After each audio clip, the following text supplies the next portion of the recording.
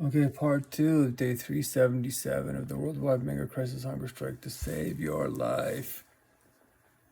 All right, I got cut off because my alarms went off. I have to restart my stream. I have a lot of alarms set because I know myself in these leadership capacities. When I take on a lot, you got to stay balanced. So part two here, we're going to get into a little bit more of what I wanted to talk about, but I left off talking about family and how the world seems inverted. And now that we got the puzzle pieces in place with the platform building and the AI is making it possible to do that in a short period of time, you're going to see a whole bunch of people making a bunch of platforms, but we have to work by God's idea or the wise idea. The ideas are the real value. So this meeting platform will be very powerful because it's based on essence that a lot of people miss. And so our meetings are going to be incredible if you want to come. And I started talking about my family because one person asked me in my TikTok comments how they can help make blessings so I can eat, because it's been 40 days no food, right? My longest streak ever. And I'm in pain this morning. So one of the things that looks backwards is when people start looking to my history to see, does this guy actually deserve power as he was? Like, what's going on? How did he live his life? I lived my life trying to solve poverty for my entire life. I was born poor. But they're going to say my younger brother and sister are a little bit entitled and spoiled. And they're more mature now to a degree, but they are isolating me. They're not letting me see they're using my nieces and nephews against me and my mother, kind of holding them hostage, that if we don't do what they say, then my mother won't be a grandmother, basically. The kids won't get to see my mother. And my mother believes them because they're doing it to me. I haven't seen my nieces in 2-3 years. And I'm a family-oriented person. We helped raise my younger brother and sister. So if you listen to their distortions of reality, then it's going to sound convincing. Oh, he was doing his poverty. He was never there for us. It's all a show. He doesn't care about anybody. What actually happened, like I said last time, was their older sister, my 1 year younger sister, were the first to go to university. So we were separated from the kids because we were trying to pave a path for them to follow us, right? And my sister, there's no doctors in our family. There's no nothing. We're the first ones. She went from trailer trash, which is a stereotype because we were born poor, to surgeon and one of the best in our area in one generation with no help. She did it herself. That's incredible. That by itself is a miracle. That's worth a story, a TED Talk. Okay, and she did it purely. No nepotism, no nothing. She applied honestly, all these types of things, okay? My sister is American. That's Jen, okay? Amazing. I started going to end world poverty and thought, what's going wrong with our society? I noticed the long-term trend was that we were not getting better, and I was worried we needed to get better and solve poverty. And I was right. Those two young little brats went and got into toxic relationships, got suicidal because they're so wrapped up in themselves and their own drama, and took my mom into all these types of things that they got derailed on these narcissistic kind of paths. Almost didn't graduate. My brother went and got into fights. There's these things called the pits. He went and got into fights and a whole bunch of things, and kept using his dad as an excuse to be angry and bring it out on people. And his dad has emotional problems too, but you love that person. You don't keep using them as a reason for catharsis, right? And they didn't do well in their last years of school. They graduated. And then they started berating us like we were these elites and speaking down to them because we were telling our families coming back from university, from what we learned, and say, hey, Mom, you got to quit smoking. My parents were smokers. We grew up with smoke our whole lives. And it was secondhand smoke kills you.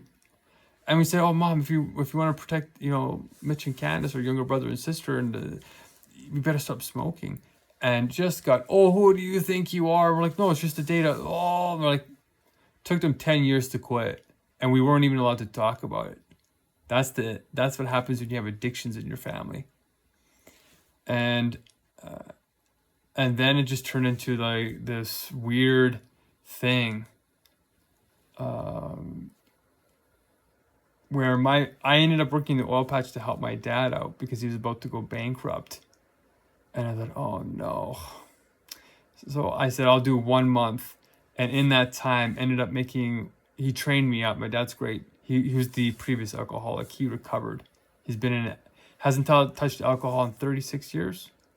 So when my mother divorced him, and that takes strength, yeah, he got off. So anyway, we went through a lot of things, but my sister's path and my path went towards poverty eradication, service volunteering, and enhancing ourselves with wisdom. And then my sister went and became a surgeon, like literally a literal surgeon to help people save lives. Like she's saving lives right now. Those two went after the money. And then when I went to the oil patch, my brother said, oh, he's out of high school. I need to get a job. I said, you got to make me a promise. I said, I'm only going to bring you into this patch if you make a promise that you will pay to get into university or save money to go and pay tuition to go to the UA, because I didn't like student loans. I didn't know how student loans worked when I went to the UA. And then all of a sudden I had all this debt. And so I used my oil patch experience to learn what blue collar work was and like, how do people get manipulated down here? And then I paid off my entire tuition in 8 months myself. I wasn't making amazing money like a consultant. I just worked 20 hours. Like it was not healthy how much we worked. I worked a lot, let's just say, okay? I worked more in 8 months than most people work in years. And I was debt free. So I said, I want you, brother, to not get stuck in, this is a trap. I said, this is a trap if you get stuck here, and it's cancerous. I said, I don't want to use my influence to bring you into this, and then you get stuck in the money. I said, I'm only down here because I'm giving my money. I gave like 25 grand to Make Poverty History, and I was using it to fund my activism and my tuition to stay debt free so I could be free enough to do the activism. So for me, the money was not just money and hedonism and drinking and partying. It was serving a purpose, and it was helping my dad get out of that trap because he got stuck in the oil patch. My dad should have been a teacher. My dad has an amazing ability to teach and speak to people and loves people. He should have been a teacher, but he wasn't supported. So anyway, my dad was trapped there too, and I thought I could help liberate him as well. So anyway, there's a bunch of goodness there. Despite me being an environmentalist and not wanting to do that, I made it as good as it could be, given that I was born in that situation. My brother made that promise, said yes, he will go and do the good thing too. He broke that promise. As soon as he got the money, he got mad at me. He left. He started his own little trucking company, and the industry crushed him. Because an 18-year-old who owns his own semi-truck and has 10 years of experience, because I told him all the secrets and all the stuff that I earned that my dad taught me after being in the patch for 30 years, he learned even faster and better because I know how to teach my brother faster. And taught him how to shift gears, and we can drive big semis, like 18 speeds, all that stuff. And he betrayed me. That's just what it is. He lied. And he did that over and over. So that's what my younger brothers and sisters are like. And they're going to say, we were terrible siblings. That is not true at all. I invited them to come learn this leadership and be a part of these groups. And instead, they chase the money. They're hardworking kids, well, people now. And they've learned a lot. My brother's a pilot now. My sister's a good wife and a good mother, and studies the Bible and is more spiritual. But you can clearly see the difference. You can clearly see the difference in what guides our choices. So they have matured now. They were very selfish as kids, but they're still depriving me of these family connections because they're using them to manipulate me. They think, oh, Mark's manipulating us with hunger strikes, so we're going to punish him. These are my charter rights. You don't have to agree with me, but don't starve me out. You don't have to. They're not legally obligated to care for me. I'm not just doing this for them. I'm doing it against my court case, and I'm doing it, to save their lives, but it's also for everybody else. So I don't agree with everything they're doing. So it's they're actually doing it to manipulate for what they want. They want to stay comfortable. And they're not going to be comfortable. I said, well, I agree with you. I want our family to be comfortable too, but like, here's the data. We're not going to be comfortable in the future. It's going to get way worse if we don't do something now. Just no facts, nothing registers, because they're not philosophers, but they are thoughtful people. So when it comes out and they say, oh, all this stuff happened, it's a really weird distortion. And even though I'm not perfect in everything in the human side, the directions are true. But we're in an inverted world, right? People see things backwards. The truth is seen as falsity and falsity is seen as truth. And they had to make their own mistakes, and we found out some other things that happened that explain some of the behavior. And it's pretty sad. And that's what happens in poverty. You get targeted and all these bad things happen to you. So my mom did the best she could. Anyway,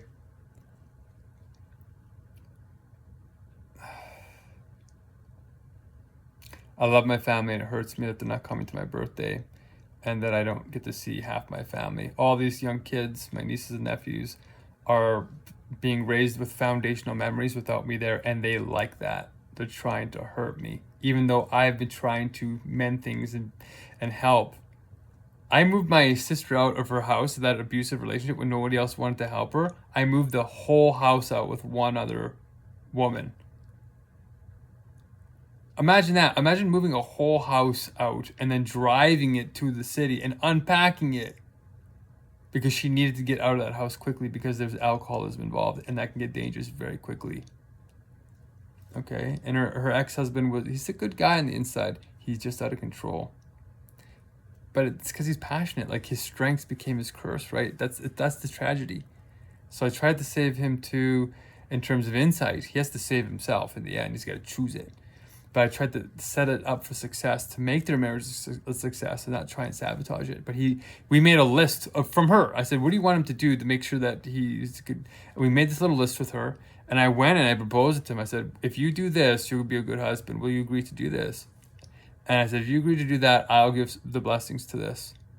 Because she was infatuated with him. Like, there's a weird hormone thing going on. And he didn't keep the deal.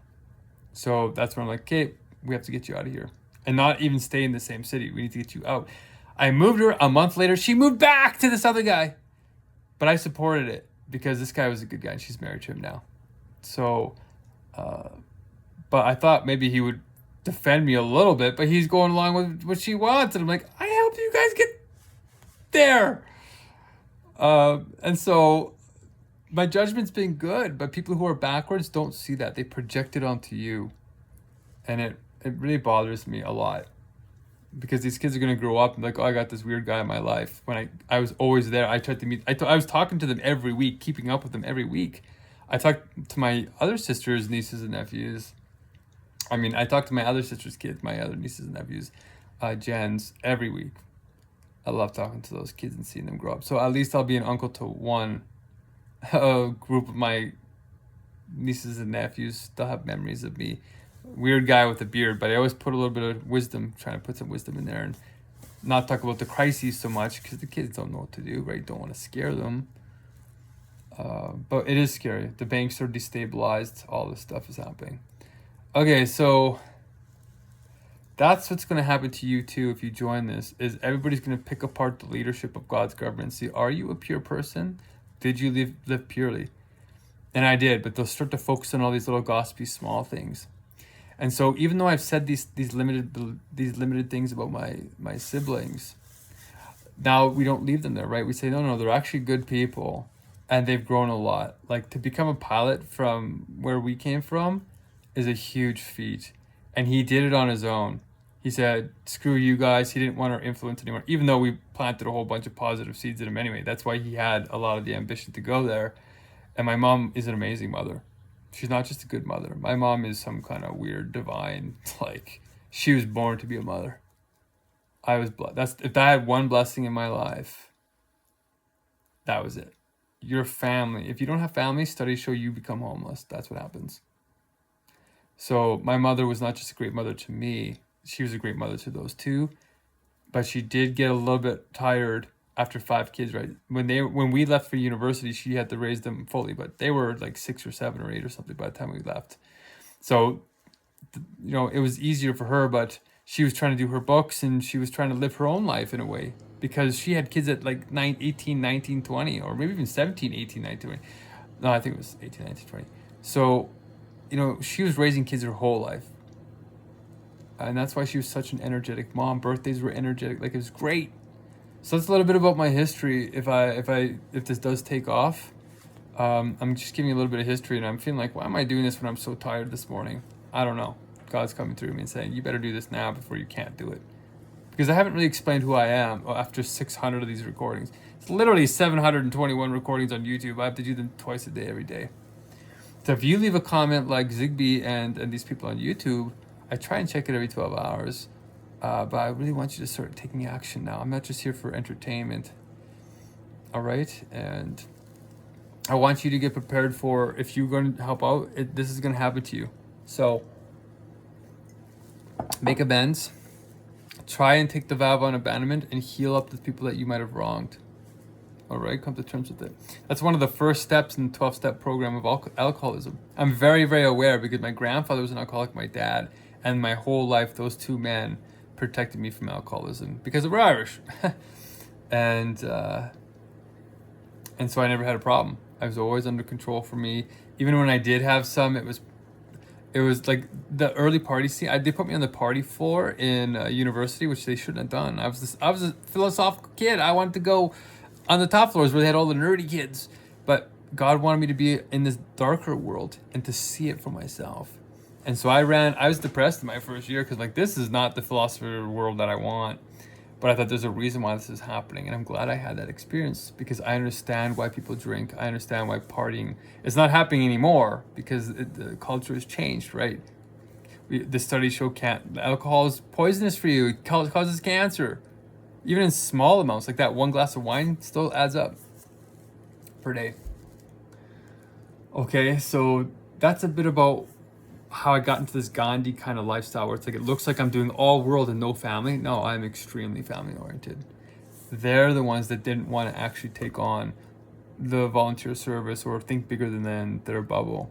And they had a lot of potential. They're smart people. If there's anybody that I could work with in the world on good terms, like when I'm on good terms with my family, I love working with them. We just flow. It is an amazing thing. So if they got on board with this, we actually could change the world with all my amazing friends. They're running society. They're lawyers, doctors. Like after you run a justice group, a social justice group at like one of the top 100 universities in the world, and you recruit like 200 to 500 people, students a year for 8-10 years, you meet thousands. These kids have been filtered in an unfair system to be this privileged group, right? They're usually children of wealthy people, or they have high IQ, or these Pareto privileges that we talked about in my previous videos, right? Beauty, social wealth, body, beauty, culturedness, and IQ. Those are the privileges that gives you sensuous power, but not wisdom. So I have thousands of those people, and a lot of them that come into these social justice groups are pre-med. They're looking to pad their resume a bit to get into medicine. So that's how I know a lot of doctors, and my sister ended up doing that, right? So, and she didn't get her resume padded for me. There's a whole bunch of other things that she did, which was her own amazingness. I barely helped her. I encouraged her and said, like, I'm the dream finder. I said, no. When you're born into poverty, there's always this like, oh, you can't do it. There's always this self-worth thing going on because society's constantly telling you, you're not good enough. You're not good enough. You're not good enough. And so my one rule was just to go in, and when, if she was questioning herself, I would just say, go for it. No, you can do it. And other than that, I helped her write an application once or two or something like that, because I was so busy running these huge, like, Make Poverty History groups, and we won all these, like, group awards. I never won an award myself, but the groups won awards, and I felt great about that, because it's not about the limelight. I wanted to change the world with these groups.